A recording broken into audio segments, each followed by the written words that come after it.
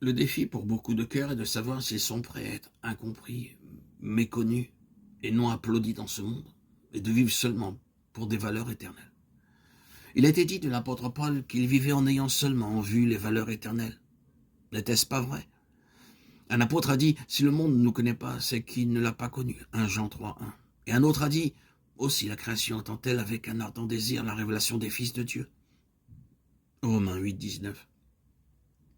De part et d'autre, il y aura certaines surprises quand cela arrivera. C'est seulement l'esprit d'adoption et ceux qui sont à lui qui connaissent les fils. Dieu les a cachés au monde. C'est pénible de ne pas être reconnu parce que c'est contraire à notre nature telle qu'elle est. Le monde doit voir les enjolivures, les honneurs, les vêtements, les titres pour pouvoir reconnaître une chose. Au commencement, ce ne fut pas ainsi. Lorsqu'ils virent l'assurance de Pierre et de Jean, ils furent étonnés, sachant que c'étaient des hommes du peuple sans instruction. Et ils les reconnurent pour avoir été avec Jésus. Acte 4:13. Il y a là une bonne manière d'être connu par le monde.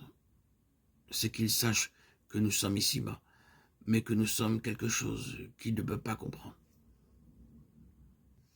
La position vitale à savoir et à connaître, c'est que cette position d'incognito est un gain et non une perte.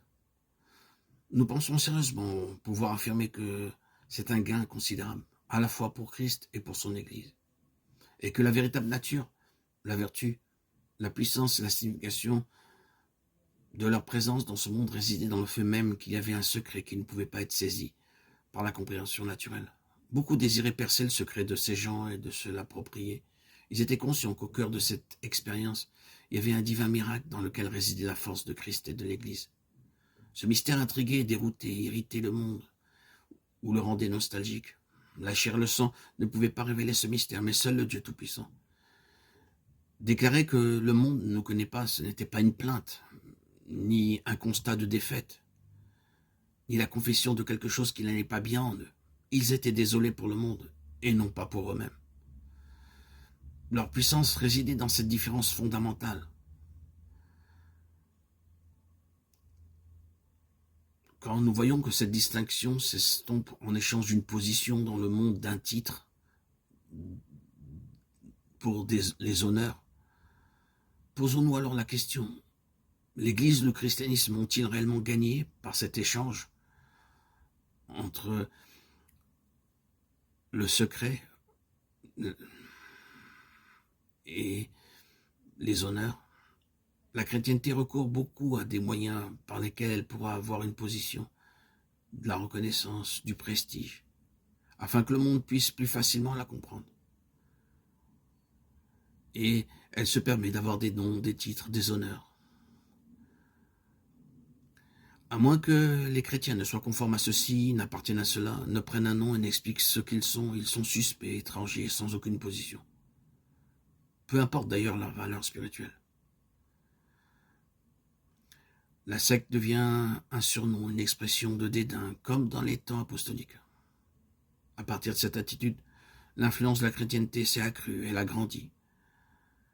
Mais cette question presse beaucoup d'esprits sérieux et honnêtes. La valeur intrinsèque de ce qui se voit aujourd'hui supporterait-elle la comparaison avec ce qui existait au commencement?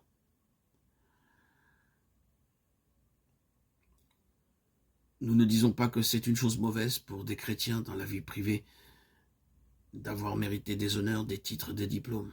Nous sommes conscients qu'il existe un mouvement ultra et exclusif qui, pour la communion, la reconnaissance et la participation à la table du Seigneur, exige une répudiation ou un abandon de tout titre professionnel ou académique.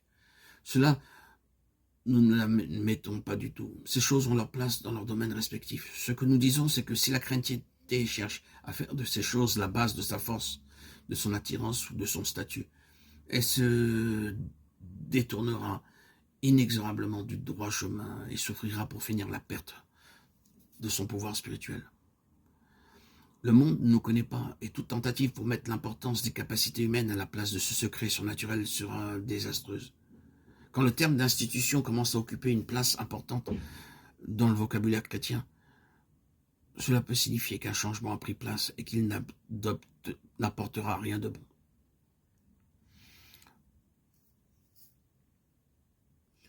Le défi donc, aujourd'hui, pour beaucoup de cœurs, est de savoir s'ils sont prêts à être incompris, méconnus, étrangers, non applaudis dans ce monde, et de vivre seulement pour des valeurs éternelles.